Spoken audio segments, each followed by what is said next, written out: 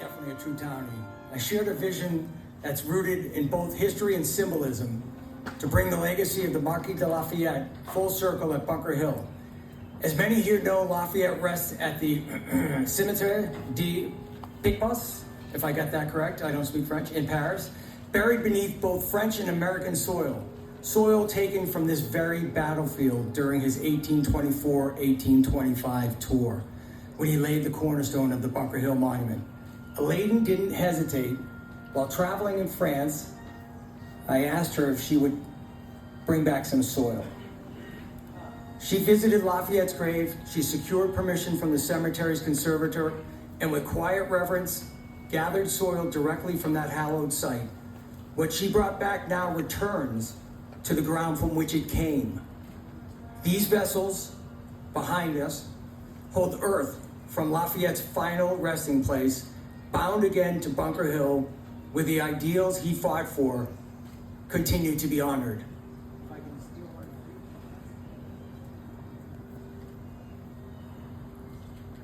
Within each one of these, for these fine folks, is soil from that very place.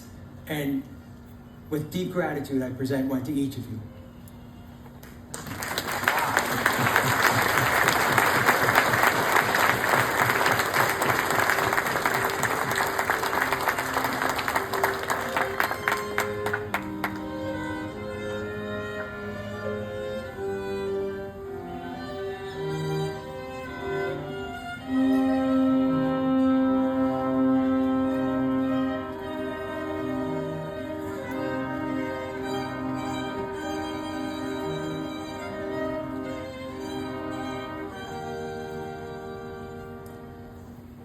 Bring the Marquis General Lafayette up, but momentarily I just want to make one statement.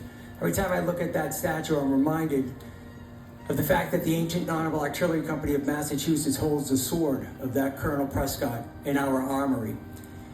We trained many of the folks that defended the rail fence here, as well as that battled here.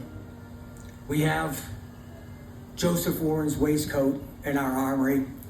And this young man behind us who came back in 1824-25 was tasked by President Monroe, a member of the Ancient and Honorable Artillery Company of Massachusetts.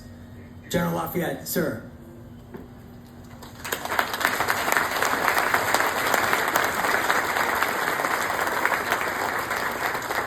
Mesdames et Messieurs, Brother Masons, officers, non-commissioned officers, petty officers, and enlisted men of the United States Army, Navy, and Marine Corps.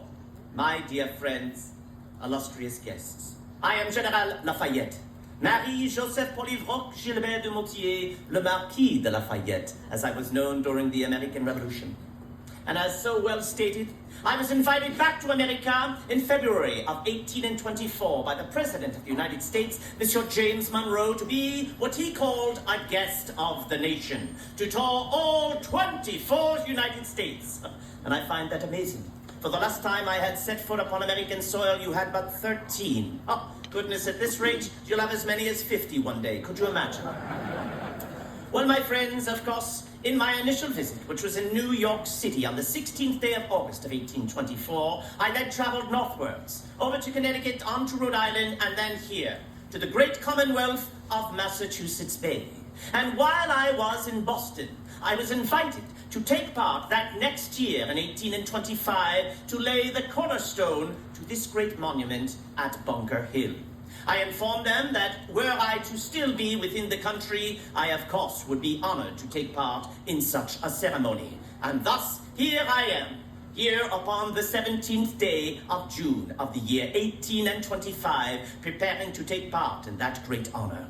But many have asked, well, why, General Lafayette? You were not here upon the battlefield at Bunker Hill. Indeed, it would be 2 years before you would arrive in June of 1777. It was the sacrifice that was made here, right upon this hill and Breed's Hill and Bunker Hill and all of the battles that were fought. The sacrifices that were made were the reason that I came to America in the first place.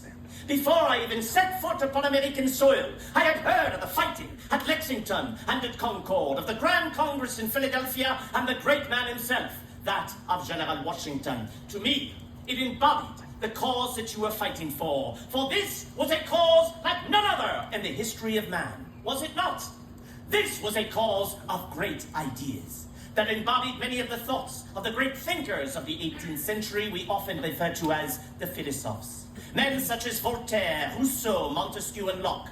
And what were they speaking of? Representation in government of an equality of mankind. That a man, no matter what class in society he might be born, whether he be black or white, Catholic or Protestant, rich or poor, enslaved or free, should not make a difference, but simply by the way in which that person might carry themselves and prove themselves in this world. And thus the inspiration was there for me to come to America. Dear friends, I was honored to come here to America to fight in this noble cause. And I am reminded of the last time I was to meet General Washington. Little did I know at that moment, for it would be 1784. I had returned to celebrate with all of you, my beloved brothers and sisters here in America, the fact that you had won your independence with the signing of the Treaty of Paris. We had spent 2 glorious weeks at his beloved Mount Vernon, reflecting upon the war and the future of this nation. We rode on to Annapolis in Maryland, said goodbye to many of the officers we had the honor and privilege to have served with, and then onwards to a place called Marlborough in Maryland, where I would say my goodbyes. But before we departed, General Washington said this to me. He said, Monsieur le Marquis, I sincerely believe that the easy part was winning this war.